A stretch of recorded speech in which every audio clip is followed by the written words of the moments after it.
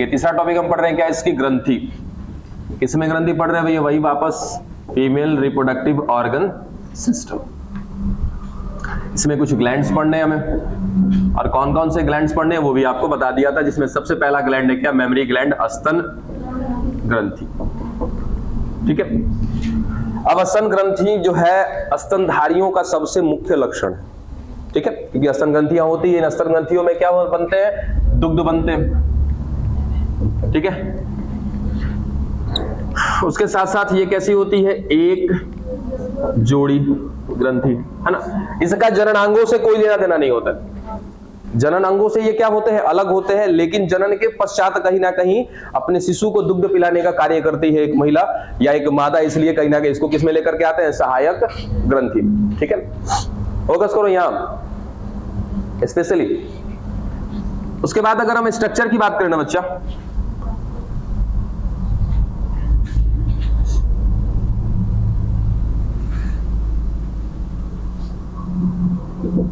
देखिए इसमें भी क्या होती है, लूप्स होती है, पालियां होती है। ठीक है। उसके साथ साथ इसमें वसा ऊतक भी होते हैं, एडिपोज टिश्यू भी होते हैं। आपके बुक में अगर दिया होगा पिक्चर तो देखिएगा पीले रंग का दिखा रखा होगा उसमें। चलो इनको दिखा दिया, कौन है ये, एडिपोज टिश्यू है।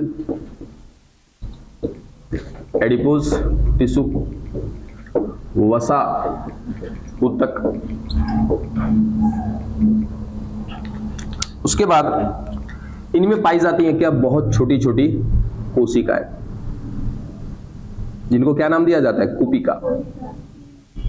देख लेना बाबू इंग्लिश में इसका क्या नाम है, थोड़ा सा देख लीजिएगा लोग। ठीक है, इनको नाम दे देते हैं हम लोग कूपिका। बाद में खोजिएगा आराम से, पहले समझ लीजिए कहानी। ठीक है। उसके बाद इस एरिया में थोड़ा सा एक ऐसा राउंड सर्कल होता है, और इस पे क्या पाए जाते हैं, कलर पिगमेंट पाए जाते हैं। ठीक है, जो कि डार्क ब्राउन रंग का होता है, ये डार्क ब्राउन। और इस स्ट्रक्चर को नाम देते हैं क्या, एरियोला। ठीक है। यहां पर क्या वर्णक है, ये एक प्रकार का वर्णक पिगमेंट है ये, और वो पिगमेंट किस कलर का होता है, डार्क ब्राउन होता है। ठीक है, जिसको हमने कहीं ना कहीं क्या बोला, एरियोला। इस एरियोला पर एक उभार सा स्ट्रक्चर होता है, जिसको कहीं ना कहीं हिंदी में तो क्या कहते हैं, चूचक, या फिर इसको कहते हैं क्या, निपल। और यही वो अंग है जिससे एक मां जो होती है अपने शिशु को दुग्धपान कराने का काम करते हैं, यानी कि दुग्ध को पिलाने का काम करती है। ठीक है। अब उसके बाद यहाँ पर क्या मिल रही है, बहुत सारी कोशिकाएं मिल रही हैं, जिनको हमने नाम दिया है क्या, कूपक। और ये कूपक कोशिकाएं कहां पर मिल रही है, पालियों में। यहाँ पे पालियों की संख्या कितनी है, 15 से 20। चलो याद रखिएगा कि यहाँ पे जो लूप्स हैं, लूप्स की संख्या कितनी है, 15 से 20। चलो अब इस कोशिका के अंदर, जब एक कोशिका को हम बनाते हैं, इस कोशिका के अंदर भी और क्या होती है, बहुत सारी कोशिकाएं होती है इस स्ट्रक्चर के अंदर। और ये अंदर से क्या होती है, खोखली। जैसे ये एक खोखली नलिका हो गई, और इसके अंदर चारों तरफ क्या है, कोशिका ही कोशिका। तो ये सारी की सारी खोखली एरिया यहाँ पे, और यहीं से कहीं ना कहीं कुछ नलिकाएं ऐसे जाकर के जुड़ रही होती है, ट्यूब, जिनको बोलते हैं लैक्टिफेरस डक्ट, दुग्ध वाहिनी। ठीक। अब इसमें दो चीज आप याद रखिएगा। सबसे पहला एक हार्मोन, कौन सा, प्रोलैक्टिन। अब ये प्रोलैक्टिन क्या करता है, मिल्क फॉर्मेशन में काम करता है, दुग्ध निर्माण में।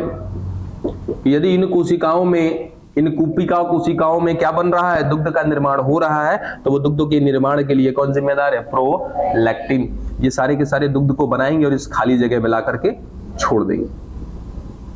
और ये खाली जगह को हमने क्या है, कहीं ना कहीं बोला है कि ये जाकर के आगे किससे मिलती है, लैक्टिफेरस डक्ट से मिलती है। यानी कि ये वाहिनियां, जिसको हमने नाम दे रखा है क्या, दुग्ध वाहिनी,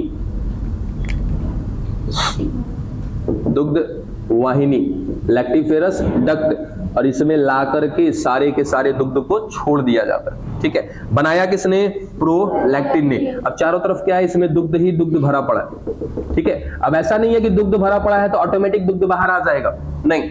इसके लिए एक और हार्मोन जिम्मेदार है, कौन, ऑक्सीटोसिन। जब ये ऑक्सीटोसिन जब रिलीज होगा, जैसे ही एक महिला के अंदर ऑक्सीटोसिन की मात्रा तनिक सी बढ़ेगी ना, तो जैसे ही बढ़ेगी वो कहीं ना कहीं इस दुग्ध वाहिनी से होते हुए इस निपल से दुग्ध क्या हो जाएंगे, बाहर आ जाएंगे। ठीक है, तो इसमें मुख्यतः दो ही बातें आपको याद रखनी है। पहला कि लैक्टिफेरस डक्ट वो डक्ट है, वो नलिका है जिससे क्या होता है कि बने हुए दुग्ध जो पुपिका कोशिका से आ रही है वो बाहर आने का काम करती है। दूसरा ये प्रोलैक्टिन, प्रोलैक्टिन क्या है, तो एक ऐसा हार्मोन है जो दुग्ध निर्माण में काम करता है, मिल्क फॉर्मेशन में काम करता है। और ऑक्सीटोसिन ये क्या करता है, तो दुग्ध के स्राव में काम करता है। ठीक है, और ये दोनों के दोनों मेंटली मैनेज किए जाते हैं। मेंटली मैनेज किए जाते हैं कहने का मतलब कि कहीं ना कहीं हमारी तंत्रिकाएं कोशिका इनको मैनेज करने का कार्य करती है। इसलिए कतई ध्यान दिया जाता है कि जो बच्चे मतलब कि जो माँ अपने बच्चे को दुग्ध पिला रही होती है ना, उनका ध्यान कहीं और केंद्रित रहे ना, तो दुग्ध का निर्माण उनके अंदर अच्छे से नहीं होगा। और यही कारण है कि आजकल की महिलाओं में सबसे मेजर प्रॉब्लम ये देखा जाता है। पहला चीज कि जब वो प्रेगनेंसी का मैटर होता है तो प्रेगनेंसी के मैटर में अपने आप को बहुत ज्यादा सेफ रखना चाहती हैं आजकल की लड़कियां, जिसका नतीजा ये होता है कि सिजेरियन ऑपरेशन करना पड़ जाता है। ठीक है, सिजेरियन ऑपरेशन कराते हैं तो बहुत ज्यादा दवाइयों का सेवन करना पड़ जाता है। अब बहुत ज्यादा दवाइयों का सेवन करना मतलब कि आपने अपने कुपिका कोशिकाओं को मार डाला। ठीक है, अब ये कुपिका कोशिका ही नहीं रही तो प्रोलैक्टिन भी ना रहेगा, प्रोलैक्टिन का भी कोई काम नहीं आएगा, इसलिए दुग्ध का निर्माण बंद हो जाता है। ठीक है, चलो डन। ये था कि आपका पहला ग्रंथि। दूसरा क्या है, बार्थोलिन। बार्थोलिन को यहां पे ना पढ़ करके जैसे ही हम स्टार्ट करेंगे बाह्य जननेंद्रिय वहां पे पढ़ लेंगे उसको। डन है इसमें कुछ?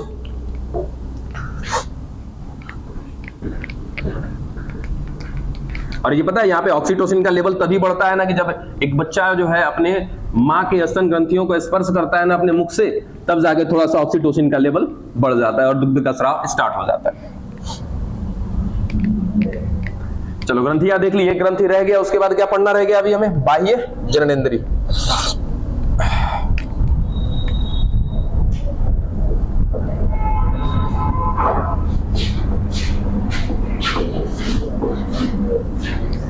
हाँ पीयूष, ट्यूमर, अच्छा वो कैंसर वाला ट्यूमर क्या नहीं होगा? नहीं, ऐसा नहीं होता। देखिए बाह्य जननेंद्रिय यानी कि एक्सटर्नल जेनाइटल ऑर्गन। अब एक्सटर्नल जेनाइटल ऑर्गन को हम कल ही बता चुके, क्या नाम देते हैं बच्चा? भग, बलवा। देखिए ये कैसी स्ट्रक्चर है तो याद रखना डबल फोल्डेड स्ट्रक्चर है। ये दोहरा या दोहरे त्वचा से आवृत होता है,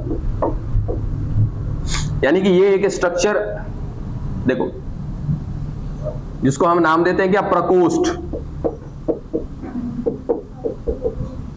इंग्लिश में कहते हैं वेस्टिब्यूल्स। सुनना ध्यान से, एक स्ट्रक्चर मिल रहा है, वेस्टिब्यूल्स मिल रहा है। ठीक है, अब इसमें क्या मिल रहा है तो सबसे ऊपर एक छोटे से दाने के जैसे स्ट्रक्चर होती है जिसको नाम दिया जाता है क्लाइटोरिस। क्लाइटोरिस, ठीक है। और ये जो क्लाइटोरिस होता है ये कैसी स्ट्रक्चर है बच्चा, तो संवेदनशील संरचना है। ठीक है, जैसे कि मेल में पढ़ा था हमने क्या कि जो शिशन था वो कहीं ना कहीं कैसा था, उत्थानशील संरचना था, उत्तेजना को ग्रहण करने वाला था। वैसे ही क्या होता है ये क्लाइटोरिस उत्तेजनशील संरचना होती है। ठीक है, उसके बाद एक ओपनिंग होती है जिसको कहते हैं यूरेथ्रल ओपनिंग। यूरेथ्रल ओपनिंग, इसको सीधा सीधा क्या नाम दिया जाता है, मूत्र छिद्र, जहां से कहीं ना कहीं यूरिनेशन करने का काम होता है, मूत्र को बाहर निकाला जाता है। उसके बाद एक और छिद्र जिसको नाम दिया जाता है क्या, वेजाइनल ओपनिंग। वेजाइनल ओपनिंग, योनि छिद्र। यही वो भाग है जो जा करके अंदर किससे जुड़ा होता है बच्चा, यूट्रस से। यानी कि इसी पार्ट में एक मेल क्या करता है, अपने पेनिस का यूज करके, यानी कि मेल एक्सटर्नल जेनाइटल जो ऑर्गन है उसको इंटर करा के और इसी पार्ट में क्या रिलीज करता है, सीमन को यानी कि वीर्य को। ठीक है, तो दो छिद्र याद रखिएगा। और अभी मेल में हमने क्या देखा था कि मेल में एक कॉमन पाथ होता है, तो उसी कॉमन पाथ से यूरिन भी रिलीज होता है और उसी कॉमन पाथ से क्या होता है, कहीं ना कहीं सीमन भी रिलीज होता है। इसीलिए वहां पर कुछ ग्लैंड ऐसे बनाए गए थे जहां से कहीं ना कहीं क्या किया जाता है कि एसिडिक नेचर को कन्वर्ट किया जाता है बेसिक नेचर में, जबकि यहां पर ऐसा सीन नहीं होता है, दोनों अलग अलग होता है। ठीक है, उसके बाद जो ये प्रकोष्ठ है, जो वेस्टिब्यूल्स है ना, ये कहीं ना कहीं डबल फोल्डेड होता है, एक लेयर पहले इसके ऊपर, ठीक है, जो इनको कवर करने का काम करता है। वो अंदर की तरफ बना देते हैं, 1 मिनट।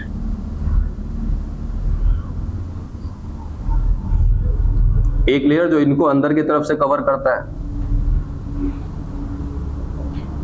जिनको नाम दिया जाता है लेबिया माइनोरा,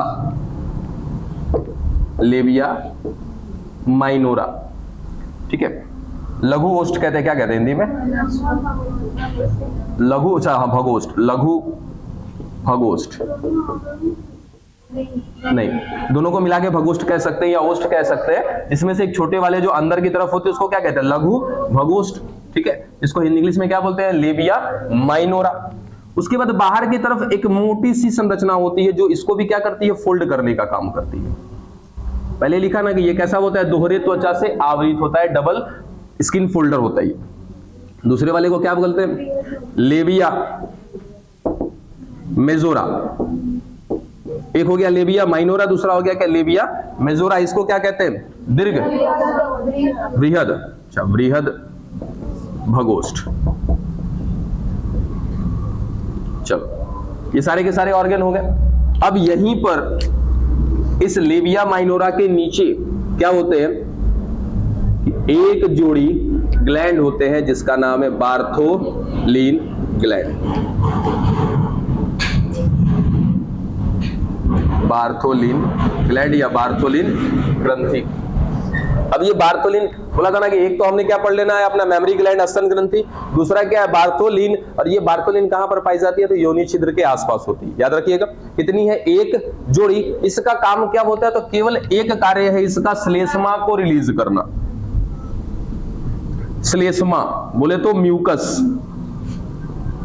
और ये म्यूकस क्या करता है कि जब एक मेल और फीमेल कहीं ना कहीं जब सेक्सुअल इंटरकोर्स में होते हैं, यानी कि कहीं ना कहीं वो सहवास की क्रिया कर रहे होते हैं ना, तो उस समय इसी योनि छिद्र में क्या करता है? एक नर अपने शिशन को प्रवेश कराता है, जिस कारण से यहां पर क्या होता है कि श्लेष्मा स्रावित होता है। और वो श्लेष्मा क्या करता है? इस योनि छिद्र में चिकनाहट ला करके देता है।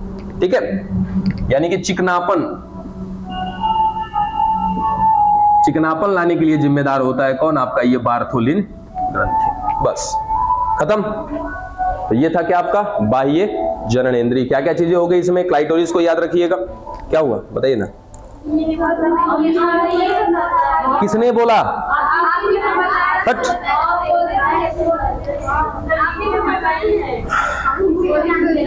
मैं भी अगर ऐसा बोला हो तो ऐसा होता नहीं है। ठीक है,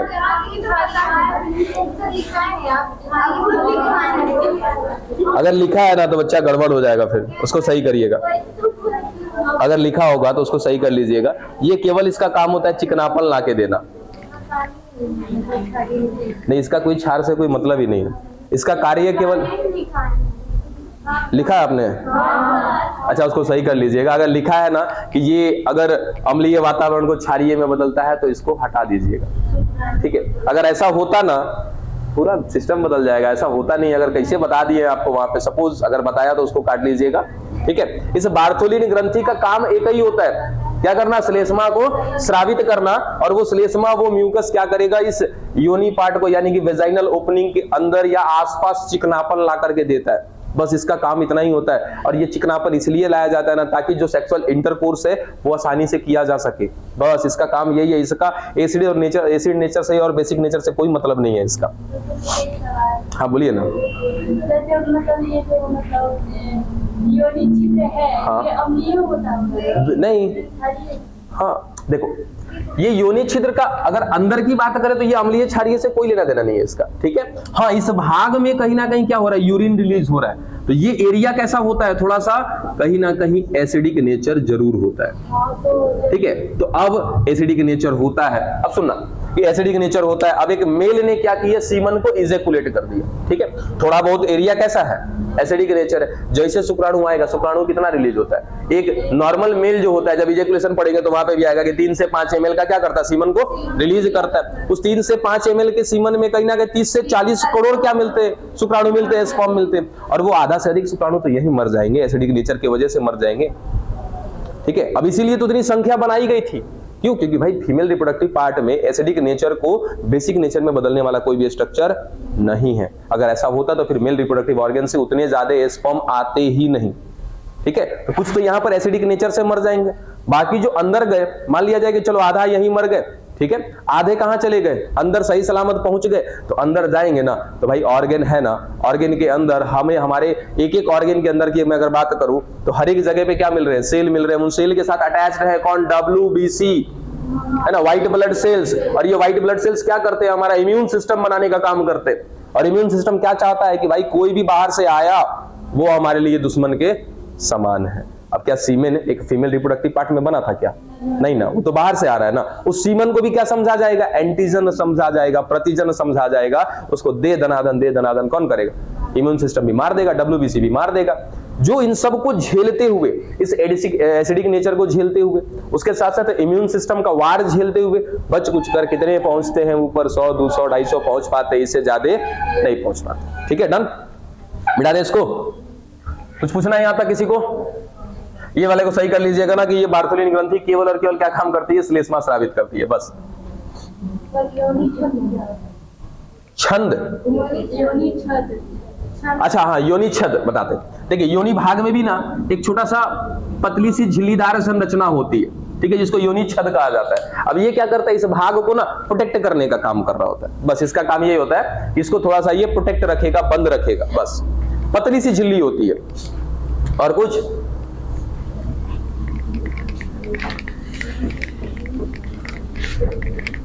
सारे के सारे रिप्रोडक्टिव पार्ट हो गए ना, ये बतियाओ नहीं बाबू, समय को देखते हुए सब कुछ खत्म करना है हमें। अब बताओ, ओवरी समझ में आ गया सभी को। ओवरी के बाद हमने कहीं ना कहीं क्या देखा था, सहायक नलिका देख ली, ट्यूब्स देख ली, वो भी खत्म हो गए। उसके बाद ग्रंथियां देख ली, फिर उसके बाद क्या देखना था, बाह्य जननेंद्रिय, ये सब देख करके खत्म कर दिया। अब क्या रह गया, तो ओवरी के अंदर का काम, ठीक है। ओवरी के अंदर का कुछ प्रोसेस कल बताया था, आपको याद है, कुछ प्रोसेस जो बताया था, बस कल इतना बताया था कि कैसे कैसे क्या क्या हो रहा है, कौन सा सेल कब क्या कर रहा है, ये कुछ भी बातें नहीं की थी, ठीक है। आज स्टार्ट करते हैं, सुनना ध्यान से।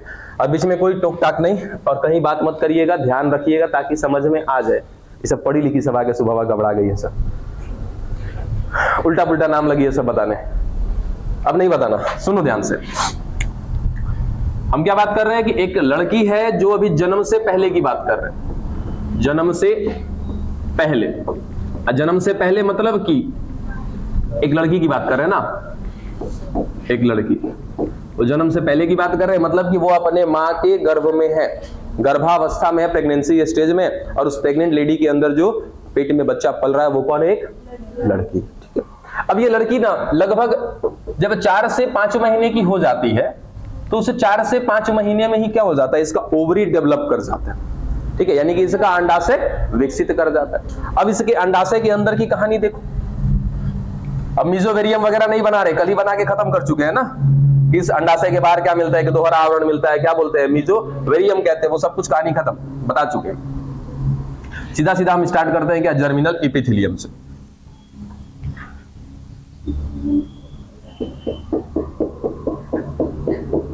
ये एक अंतिम लेयर है जो मीजोवेरियम के अंदर मिल रही है। कौन है ये, जनन उपकला है। जनन उपकला की एक एक कोशिका कैसी होती है, अगुणित की द्विगुणित, द्विगुणित होती है, याद रखना सभी लोग। और इनको, इस पूरे लेयर को पहले नाम दे देते हैं क्या, जनन उपकला, जर्मिनल एपिथेलियम, ठीक है। और इस जर्मिनल एपिथेलियम की जो एक एक कोशिका है, उस एक एक कोशिका को नाम देते हैं क्या हम लोग, जर्म कोशिका, जर्म सेल। डन। अब कल भी बात किया था कि ये अंदर से कहीं ना कहीं फ्लूइड से भरा होता है, खोखला सा है, इसको हमने क्या नाम दिया था, स्ट्रोमा। स्ट्रोमा के 2 भाग होते हैं, कॉर्टेक्स जो वल्कुट का एरिया बाहर बाहर, उसके बाद मध्यांश बीच वाले भाग को, ठीक है। तो ये जो आपका कौन है, जर्म सेल है, अब ये जर्म सेल, अभी कहानी याद रखना, ये बच्ची कहाँ है, गर्भावस्था में, प्रेगनेंसी स्टेज में। इसका जर्म सेल इंटर कर जाता है कहां पे, स्ट्रोमा में। स्ट्रोमा के कौन से हिस्से में, वल्कुट में। ये जर्म सेल, ठीक है, इंटर कर गया कहां पे, कॉर्टेक्स पार्ट में, यानी कि वल्कुट भाग में। चलो इंटर कर गया, कौन इंटर कर रहा है, जर्म कोशिका। सारी की सारी कैसी होंगी, द्विगुणित होंगी। अब जैसे ही इंटर कर गया ना बाबू, इस कोशिका को नाम बदल देते हैं, क्या कह देते हैं, PGC, प्राइमरी जर्म सेल, प्राथमिक जर्म कोशिका, या इन्हीं का एक और नाम है आदि जनन कोशिका। ठीक है, आदि जनन कोशिका। PGC तक का बात क्लियर है, ठीक है। अब ये PGC क्या करेगी, सबसे पहले अपनी संख्या बढ़ाएगी, ठीक है, मल्टीप्लीकेशन करेगी अपना। और जब मल्टीप्लीकेशन कर लेगी तब क्या करेगी, फिर वृद्धि करेगी, ग्रोथ करेगी। ये दोनों कराने के लिए कौन सा डिवीजन इस्तेमाल करते हैं, कल भी शुक्राणु वाले में देखा था हमने, माइटोसिस करते हैं, समसूत्री करते हैं, माइटोसिस। चलो कराते हैं। तो PGC ने क्या किया, बहुत ज्यादा अपना डिवीजन करना स्टार्ट किया, बहुत सारी कोशिका बना ली। लो भाई, संख्या बढ़ाते जा रहे हैं इसकी, ठीक है। अब संख्या बढ़ा दिया, बहुत सारी कोशिकाएं बन गई। यही कोशिकाएं जाकर के आगे अपना समूह बना के, कल दिखाया था ना कि ये कहीं ना कहीं कुछ ऐसा समूह बना लेती है, और जो धागे की तरह दिखाई देने लगता है इनका समूह, ठीक है। तो ये जो समूह बना, ये जो कोशिकाएं हैं वो कौन थी, PGC से बनी हुई कोशिकाएं हैं, ठीक ना। क्या किया इसने, डिवीजन किया। इस कोशिका को नाम देते हैं क्या, ऊगोनिया। ऊगोनिया, अंडजनक कोशिका, अंडजनक कोशिका, ऊगोनिया। और अभी भी बच्ची कहां है, गर्भावस्था में। उस गर्भावस्था तक इसके अंदर लगभग 70 लाख क्या बन चुके हैं, ऊगोनिया बन चुके हैं, अंडजनक कोशिका बन चुकी है, ठीक है। तो अभी क्या किया इसने, संख्या केवल बढ़ाया। तो संख्या बढ़ाया, तो संख्या बढ़ाने के बाद जो कोशिकाएं बनी है उसको हमने नाम दिया ऊगोनिया, अंडजनक कोशिका। अभी क्या करना बाकी है, वृद्धि करना बाकी है, डेवलपमेंट करना बाकी है। अब इन सारे कोशिकाओं में से सारी कोशिका डेवलप ना होकर के केवल कितनी कोशिका डेवलप होती है, एक। लो, इनके बीच में एक कोशिका को क्या कर दिया हमने, बड़ा कर दिया। अभी भी कैसी है, सारी की सारी कोशिकाएं कैसी हैं, द्विगुणित है, ठीक है। चलो, तो एक कोशिका जो बड़ी हुई है ना, अभी यहां तक संख्या बढ़ा दिया। अब इसके बाद क्या कराते हैं कि ये अंडजनक कोशिका में क्या हो गया, वृद्धि हो गया। तो वृद्धि कर देंगे तो इसमें से केवल एक कोशिका क्या हो गई है, बड़ी हो गई। अब इसको नाम देते हैं प्राथमिक अंडक, प्राथमिक अंडक, प्राइमरी oocyte। नहीं, यहां तक अभी भी बच्ची का जन्म नहीं हुआ, ठीक है। तो यहां तक किसका प्रोसेस था, समसूत्री का प्रोसेस था, ठीक है। अब इसने कहीं ना कहीं संख्या बढ़ा ली, अपनी वृद्धि कर ली, सब कुछ हो गया। अब क्या करना है इसको, मीन काम अपना अर्धसूत्री विभाजन, मियोसिस डिवीजन, ठीक है। अब मियोसिस डिवीजन किन किन को याद नहीं, कोई व्यक्ति जिनको मियोसिस डिवीजन नहीं याद है। अब आप लोगों ने ना कहना कि सर ना पढ़े हैं, बोला था कि आगे ग्रुप में जाके देखो, ग्रुप में मैंने मियोसिस का भी डाल रखा है, इसको क्लियर कर लो। देखा जा करके, नहीं देखा मत देखो, हम तो सीधा अपना प्रोसेस स्टार्ट कर रहे हैं, ठीक है। और यहीं से कंफ्यूजन स्टार्ट होता है। क्या बतिया रही हो बाबू, अरे हाँ ही पूछ रही है तो अगर मुंह मारो तुरंत चुप करा दो उसको। देखो इधर, मुंह बंद, सुनो क्या करने जा रहे हैं हम लोग, अर्धसूत्री विभाजन, ठीक है, मियोसिस डिवीजन। अब मियोसिस कराओगे तो सबसे पहला कौन सा, मियोसिस फर्स्ट, अर्धसूत्री विभाजन प्रथम, फर्स्ट कराने जा रहे हैं। हमको पता है कि जब हम फर्स्ट कराते हैं तो फर्स्ट कराने के लिए सबसे पहला जो प्रोसेस आता है वो prophase first, metaphase first, anaphase first, telophase first, ठीक है। इस प्रोफेज फर्स्ट में, यहाँ पे कहीं इसको मिटाएं क्या, कुछ समय के लिए मिटाते हैं, नीचे स्क्रीन में क्या आएगा तो ठीक है, देखते हैं। चलो, प्रोफेज फर्स्ट में 5 अवस्था, लिप्टोटीन, दूसरा जाइगोटीन, तीसरा पैकाइटीन, चौथा डिप्लोटीन और लास्ट है क्या आपका डायाकाइनेसिस। ये 5 अवस्थाएं हैं, ठीक है। फिर से सुने, प्रोफेज फर्स्ट में 5 अवस्था, लिप्टोटीन, जाइगोटीन, पैकाइटिन, डिप्लोटीन, डायाकाइनेसिस। हिंदी याद है क्या किसी को इसका? लिप्टोटीन तनुपट, जाइगोटीन युग्मपट, पैकाइटिन स्थूलपट, डिप्लोटीन द्विपट और डायाकाइनेसिस पारगति क्रम, अति नहीं पारगति क्रम, ठीक है। ये 5 इसके हिंदी नाम है। खैर बात की चीज है। चलो इधर देखो, अब ये डिवीजन किसमें करा रहे हो सोचो। अच्छा सुनो इधर, ये डिवीजन किसमें करा रहे हैं हम लोग? प्राइमरी oocyte में, प्राथमिक अंडक कोशिका में करा रहे हैं, ठीक है। सबसे पहले क्या स्टार्ट करेगा? Prophase first. चलो प्रोफेज फर्स्ट स्टार्ट किया, जिसमें क्या मिलेगी? 5 अवस्था मिलेगी। और जब ये 5 अवस्था कंप्लीट हो जाएगा ना ये वाला, तब फिर क्या स्टार्ट करेगा? मेटाफेज फर्स्ट, फिर क्या होगा? एनाफेज फर्स्ट, फिर क्या होगा? Telophase first. और जब ये चारों कंप्लीट हो जाएगा तो ये कोशिका जो है ना टूट जाएगी। कितनी कोशिका में? 2 कोशिका। बात पल्ले पड़ी? चलो अभी तोड़ा नहीं है हमने, जब ये प्रोसेस पूरा कंप्लीट हो जाएगा तब क्या बन जाएगा? 2 कोशिका बन जाएगा। डन। आ जाओ, प्रोफेज फर्स्ट स्टार्ट किया, लिप्टोटीन हो गया, जाइगोटीन भी हो गया, पैकाइटिन हो गया, डिप्लोटीन हो गया, डायाकाइनेसिस नहीं हुआ। कारण कि बच्ची का क्या हो गया? जन्म हो गया। जब ये प्रोसेस चल रहा था उसी समय बच्ची का जन्म हो गया, यानी कि काम अभी रुक गया, ठप पड़ गया। काम कहां पर रुका है? प्राइमरी oocyte में, प्राथमिक अंडक में। यानी कि ये पूरी कहानी यहां से लेकर के यहां तक अभी ये प्रोसेस पूरा हुआ ही नहीं है, इसलिए हमने इसको इंक्लूड नहीं करना है। तो ये सब कुछ कहानी कहां है? जन्म से पहले, ठीक है। अब बच्ची का क्या हो गया? जन्म हो गया। जन्म हो गया तो सब कुछ रुक जाएगा। क्यों? क्योंकि अब ये जो काम रुका है ना, इसको कोई ना कोई स्टिमुलेटर चाहिए, प्रेरित करने वाला चाहिए। अब प्रेरित करने वाला कब मिलेगा? 10 से 12 के उम्र में मिलेगा। यानी कि मैं सीधा सीधा कहूं कि जब ये एडल्ट हो जाएगी लड़की, या यौनारंभ में आ जाएगी, यौवन अवस्था में आ जाएगी, प्यूबर्टी में आ जाएगी, तब उसका कहीं ना कहीं हाइपोथैलेमस स्टार्ट होगा।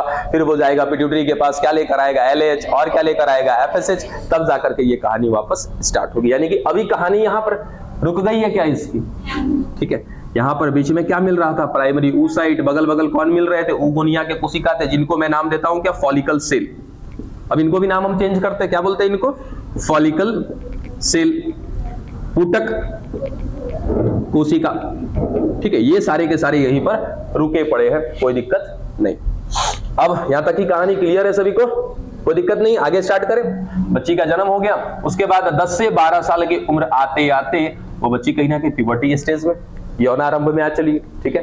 फिर उसका हाइपोथैलेमस चालू हुआ, फाइनली क्या मिल गया? LH और FSH। और कल ही बताया था कि महिला में याद रखना सबसे पहले कौन काम करता है? FSH। और FSH का तनिक फुल फॉर्म जरा याद करो, फॉलिकुलर स्टिमुलेटिंग हार्मोन। यहाँ पर कौन है? फॉलिकल सेल है क्या? इसी फॉलिकल सेल को आकर के कौन स्टिमुलेट करने वाला है? FSH। हिंदी में उसका नाम है पुट्टिका प्रेरक हार्मोन। यहाँ पर कौन है? पुटक कोशिका, ठीक है। अब आएगा ये FSH, और आने के बाद सीधा सीधा इन कोशिकाओं को क्या करेगा? प्रेरित करेगा। किसको? इन फॉलिकल सेल्स को, ठीक है। अब जैसे ये प्रेरित करना चालू करेगा, ये धीरे धीरे क्या करते जाएंगे? अपने आप को मैच्योर करते जाएंगे, ठीक है। अब इनके बाहर जो इनका लेयर मिल रहा है ना, ऐसे ये लेयर क्या होता जाएगा? मैच्योर होता जाएगा, और इनके ऊपर लेयर्स के रूप में चढ़ते चले जाएंगे। ये धीरे धीरे मैच्योर करता जा रहा है इनको, और मैच्योर कर रहा है, और मैच्योर कर रहा है। इतना मैच्योर कर दिया कि अब मैं इसको नाम दे दूंगा क्या? Graafian follicle. और ये बात तो नहीं ना कहना पड़ेगा कि प्राथमिक पुट्टिका, द्वितीयक पुट्टिका, ये सब आप जानते हो, ठीक है। ये मैच्योर कराने का काम कौन कर रहा है? FSH कर रहा है। जब एक लेयर होगा तो प्राथमिक पुट्टिका, प्राइमरी फॉलिकल बोलते हैं उसको। जब 2 होगा तो सेकेंडरी फॉलिकल, द्वितीयक पुट्टिका। ऐसे करते करते फाइनली जब ये मैच्योर हो गया, तब इसका नाम दे देंगे क्या बच्चा हम लोग? ग्राफियन फॉलिकल या ग्राफियन पुट्टिका, ग्राफियन पुट्टिका फॉलिकल। चलो यहां तक की बात क्लियर है। जैसे ही मैच्योर हो जाएगा ना, अभी बदले में क्या देना चालू कर देगा बाबू? जैसे जैसे इसको मैच्योर करता चला गया, ये कौन? FSH मैच्योर कर दिया। अब मैच्योर करने के पीछे कारण था कि इसको क्या बनाना चाहता था? ये ग्राफियन पुट्टिका। जैसे ही ग्राफियन पुट्टिका बन जाएगा ना, अभी भी इसको क्या करता रहेगा? FSH प्रेरित करता रहेगा। बनने के बाद क्या? बनने के बाद, मैच्योर होने के बाद ये वो हार्मोन रिलीज करना चालू कर देगा। का? एस्ट्रोजन। ठीक है। अब एस्ट्रोजन भी मिलने लगा। अब एस्ट्रोजन मिलने लगा, इससे पहले इस लड़की के अंदर अभी मेंस्ट्रुअल साइकिल का कोई सीन नहीं था। कारण था कि अभी 10 से 12 से पहले थी। अब जैसे आई है 10 से 12 में, जो काम रुका था वो काम स्टार्ट भी हो गया और एक नया काम स्टार्ट होगा, क्या? Menstrual cycle. ठीक है। इधर कहीं ना कहीं हम कल ही बात कर चुके थे कि हमारा क्या है, ये यूट्रस। ठीक है। यूट्रस में 2 वॉल तो उसके अंदर मिलेगा ही मिलेगा, पेरीमेट्रियम मिलेगा और क्या? मायोमेट्रियम मिलेगा। और जैसे ही आ गया कौन? एस्ट्रोजन। ये एस्ट्रोजन पहुंचेगा, तुरंत जाके क्या करेगा? यहां पर अंतःभित्ति बनाना शुरू कर देगा, इंडोमेट्रियम बनाना शुरू कर देगा। ठीक है। तो ये एस्ट्रोजन क्या काम करता है? इंडोमेट्रियम को बनाने का काम करता है, यानी कि क्या करता है? उसका निर्माण करता है, केवल निर्माण करता है और कुछ नहीं। ठीक है। चलो, निर्माण कर दिया, बन गया। और गर्भाशय की अंतःभित्ति को, इंडोमेट्रियम को बनाने के पीछे का कारण क्या होता है? यदि फर्टिलाइजेशन हुआ, जाइगोट बना, तो उस जाइगोट को ला करके इसी इंडोमेट्रियम के साथ क्या किया जाएगा? जोड़ दिया जाएगा। ठीक है। इसी कारण से कहीं ना कहीं यहाँ पे बनाया गया। अब एक और बात, चलो बन तो गया, कल ही देख चुके हैं कि ये जो बना है इंडोमेट्रियम, ये बना होता है पूरा का पूरा किससे? ब्लड से। तो ब्लड से बना। और कल एक तो एग्जांपल दिया था ना कि आपके पास बर्फ है और उस बर्फ को संभाल के रखना है, पिघलने नहीं देना है, तो क्या करना पड़ेगा? फ्रीजर में रखना पड़ेगा। यानी कि मेंटेन करने वाला कोई ना कोई होना चाहिए। तो वैसे ही ये बना है पूरा का पूरा ब्लड से, ब्लड सेल से बना है, रक्त की कोशिकाओं से बना है। तो इसको मेंटेन करने वाला भी कहीं ना कहीं कोई ना कोई तो होना चाहिए ना। चलो, अब यहां पर ये कहानी सब तो ठीक है। अब ये कहानी के बाद इसी को बिहाइंड में लेके चलते हैं कि इसमें मेंस्ट्रुअल साइकिल में आएगा। इसके बाद मेंस्ट्रुअल साइकिल भी पढ़ेंगे हम लोग। तो मेंस्ट्रुअल साइकिल का जो मिड डे होता है, मिड डे यानी कि मध्य दिन, मेंस्ट्रुअल साइकिल मानते हैं हम लोग 28 दिनों का। ठीक है। इसमें भी 2-3 दिन कम ज्यादा रखते हैं हम लोग। ठीक है। लेकिन मुख्य जो बात है, एवरेज जो डे है इसका क्या? 28 दिन। अब इसका मिड डे क्या होता है? 14th डे, 14वां दिन होता है। इस 14वें दिन के आसपास देखो, कल तक मैंने एलएच का कोई नाम नहीं लिया था कि एलएच आएगा तोड़ेगा क्या करेगा। ठीक है। आज सुनना ध्यान से कि 14 दिन के आसपास क्या होता है कि अचानक एलएच का लेवल क्या हो जाता है? हाई हो जाता है। ठीक है। जैसे ही एलएच का लेवल हाई होगा ना, इस एलएच की वजह से ग्राफियन फॉलिकल का हो जाएगा? टूट जाएगा। ठीक है। जैसे ही एलएच का लेवल यहां पर हाई हुआ, तो एलएच आकर के सीधा कहीं ना कहीं इस पर अटैक किया और एलएच की वजह से ये क्या हो जाएगा? टूट जाएगा। कौन टूटा बाबू? ग्राफियन पुट्टिका टूटी है, ग्राफियन फॉलिकल टूटा। इसके अंदर कौन था? अच्छा देखो, एक चीज तो बताना भूल गए थे ना, कहां गया यहाँ पे। चलो, इस कहानी को अब इसके साथ जोड़ते हैं। ठीक है। क्या हुआ था?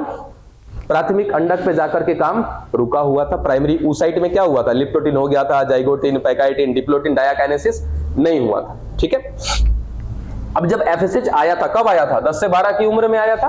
FSH आया था तो इसको क्या कर रहा था? मैच्योर कराने का काम कर रहा था। तो जैसे FSH आता है ना, तो FSH के आने के बाद ही क्या हो जाता है? ये डायाकाइनेसिस कंप्लीट हो जाता है। ठीक है। कंप्लीट हो जाता है, फिर धीरे धीरे इसको क्या करता रहता है? ये मैच्योर करता रहता है और मैच्योर करके क्या बना देता है? इसको ग्राफियन फॉलिकल। तो इसके अंदर जैसे ही डिवीजन कंप्लीट होगा, तो क्या बोला था कि 2 सेल बनेगा ना।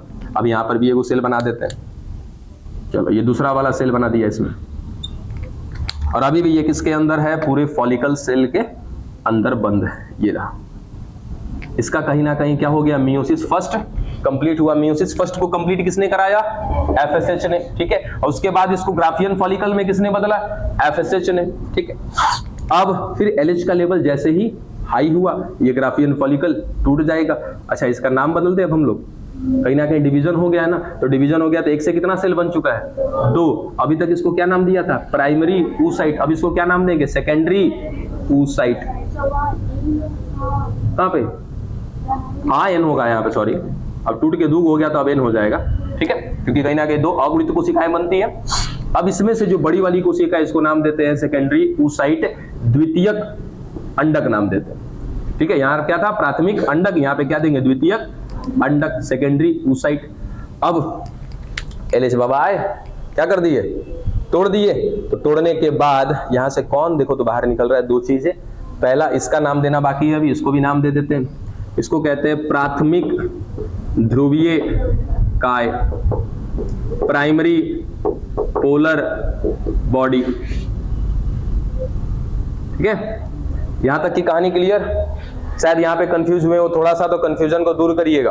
क्या क्या हुआ था? यहाँ पे देखो, प्राइमरी oocyte पर काम रुका हुआ था। ठीक है, ये कौन था, अभी इसको भी हटा दें हम, तो ये कौन था, ये 2N था, इसका नाम था क्या, प्राइमरी oocyte। ये प्राइमरी oocyte के अंदर काम कहां रुका था, प्रोफेज फर्स्ट में। प्रोफेज फर्स्ट में कहां रुका था, डाया काइनेसिस पर रुका हुआ था। ठीक है, फिर वो लड़की क्या 10 से 12 की उम्र में गई, उसका हाइपोथैलेमस चालू हुआ, चालू होने के बाद कुल मिला जुला कर क्या मिल गया, FSH मिल गया। ये FSH का नाम ही है क्या, फॉलिकुलर एस्टिमुलेटिंग हार्मोन। ये आएगा, इसको एस्टिमुलेट करेगा, जैसे इसको एस्टिमुलेट करेगा इसका डिवीजन क्या हो जाएगा, कंप्लीट हो जाएगा। डिवीजन कंप्लीट हो गया तो क्या हो जाएगा, इसका डायाकाइनेसिस कंप्लीट हो जाएगा। ठीक, उसके बाद कहीं ना कहीं फिर मेटाफेज फर्स्ट करेगा, एनाफेज फर्स्ट करेगा, टीलोफेज फर्स्ट करेगा। ये सब कुछ करते करते तक ये क्या बन चुका होगा, ग्राफियन फॉलिकल, और इसके अंदर एक से कितने सेल बन चुके थे, 2। और दोनों के दोनों कैसे हो जाएंगे, N सेल हो जाएंगे। ये भी N सेल अगुणित हो जाएगा, और यहां भी जो मिल रहा है छोटा वाला, ये भी कैसा हो जाएगा, N सेल अगुणित। छोटे वाले का नाम हमने क्या दे रखा है, प्राइमरी पोलर बॉडी, प्राथमिक ध्रुवीय काय। और जो बड़ा वाला है इसको हमने क्या नाम दे दिया, सेकेंडरी oocyte, क्योंकि इससे पहले क्या था, प्राइमरी oocyte, बन गया क्या, सेकेंडरी oocyte। LH का लेवल हाई हुआ, हाई होने के साथ ही ये ग्राफियन फॉलिकल क्या हो जाएगी, टूट जाएगी। ये पोलर बॉडी का कोनो काम नहीं होता है, पोलर बॉडी क्या हो जाएगा, यहाँ पे नष्ट हो जाएगा, खत्म हो जाएगा। बच कौन गया, सेकेंडरी oocyte। सेकेंडरी oocyte ही निकल के कहा जाती है, फैलोपियन ट्यूब में जाती है। कौन से दिन पर गई, 14वें दिन पर गई, जिसको हम क्या कहते हैं, ओव्यूलेशन कहते हैं, अंडोत्सर्ग कहते हैं। ठीक है, अच्छा अब इसके बिहाइंड एक और चीज, अर्धसूत्री प्रथम तो करा दिया, क्या कराना बाकी है, अर्धसूत्री द्वितीय भी करा दें। ठीक है, जब अर्धसूत्री द्वितीय कराएंगे हम लोग तब क्या आता है, prophase second, metaphase second, anaphase second, फिर टीलोफेज सेकेंड। ठीक है, अब ये कहानी किसके साथ स्टार्ट होगी, तनिक याद करो तो, द्वितीयक अंडक के साथ। इससे पहले किसके साथ हुआ था, प्राइमरी oocyte के साथ। प्राइमरी oocyte बदल चुका है किसमें, सेकेंडरी oocyte में। या सेकेंडरी oocyte में क्या स्टार्ट होगा, मियोसिस सेकेंड।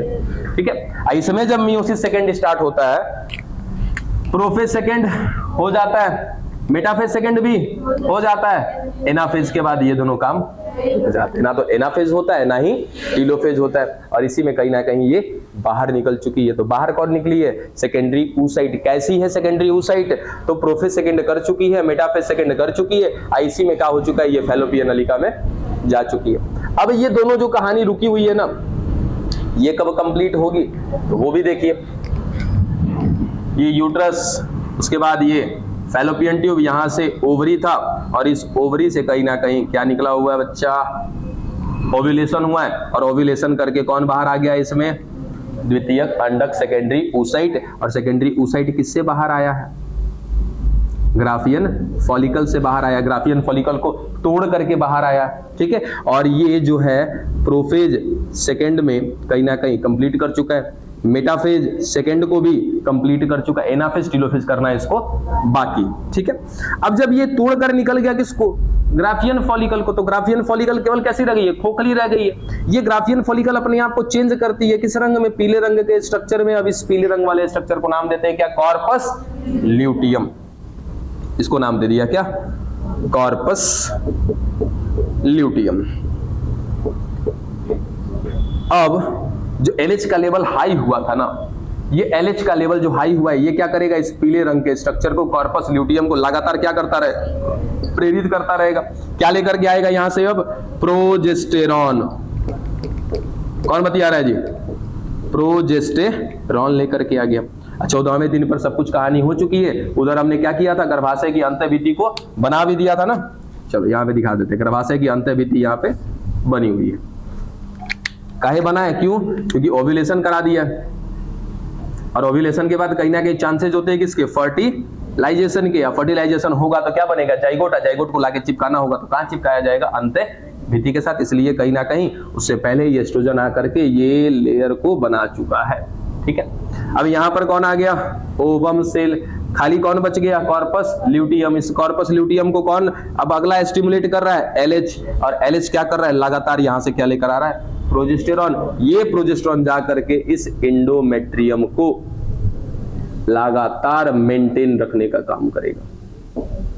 ठीक है, ये मेंटेन रखेगा, बना करके ये चुपचाप रखा हुआ है। कब तक बना के रखेगा, 28 दिन तक, जब तक कि इसका निषेचन होने का चांस खत्म ना हो जाए। अब यहां पर ये आ गया, वेट कर रहा है, हालांकि यहां वेट नहीं करेगा, थोड़ा सा आगे जाकर के वेट करेगा। चलो अब यहां से दो कहानियां स्टार्ट हो जाती है। कि भाई अभी भी इसका डिवीजन रुका हुआ है, कहां पे रुका हुआ है, एनाफेज पे रुका हुआ है, ठीक है। अब इधर से अगर स्पर्म आ जाता है, स्पर्म आएगा, क्या करेगा, इसको टच करेगा, इसके टच करते ही इसके अंदर एनाफेज सेकंड इसका कंप्लीट हो जाएगा, फिर टीलोफेज सेकंड ये भी क्या हो जाएगा, कंप्लीट हो जाएगा। तो जब कंप्लीट हो जाएगा तो यहां से क्या बनेगा, 2 सेल बनेगा। फिर से जैसे वहां प्राइमरी oocyte का जब डिवीजन कंप्लीट हुआ था तो 2 सेल बना था, और यहाँ पे सेकेंडरी oocyte का जब डिवीजन कंप्लीट होगा तो यहाँ से भी क्या बनेगा, 2 सेल बनेगा। और 2 सेल जब बनेगा तो इस बड़े वाले को नाम देते हैं अंडाणु, ओवम सेल, और छोटे वाले को नाम देते हैं क्या, यहाँ क्या था, प्राइमरी पोलर बॉडी था ना, अब इसको नाम देंगे क्या, द्वितीयक पोलर बॉडी, है ना, द्वितीयक ध्रुवीय काय, सेकेंडरी पोलर बॉडी। अब इस सेकेंडरी पोलर बॉडी का यहाँ पर काम होता है थोड़ा सा, ठीक है। क्या काम होता है कि ये उसी जगह जहां से ये सेकेंडरी पोलर बॉडी रिलीज होता है वहीं पर आकर के स्पर्म अटैच होता है, ठीक है। फाइनली क्या इसका डिवीजन कंप्लीट करा दिया, ठीक है। अब अगर मैंने कह दिया कि फर्टिलाइजेशन हो गया, तो फर्टिलाइजेशन हो गया तो ये गर्भाशय की अंतर्वृत्ति को क्या करना पड़ेगा, मेंटेन करना पड़ेगा। अब ये चीज बाकी आगे पढ़ेंगे हम लोग कहाँ, मेंस्ट्रुअल साइकिल में। क्या यहाँ तक की बातें क्लियर हुई, देख लो जरा फटाफट।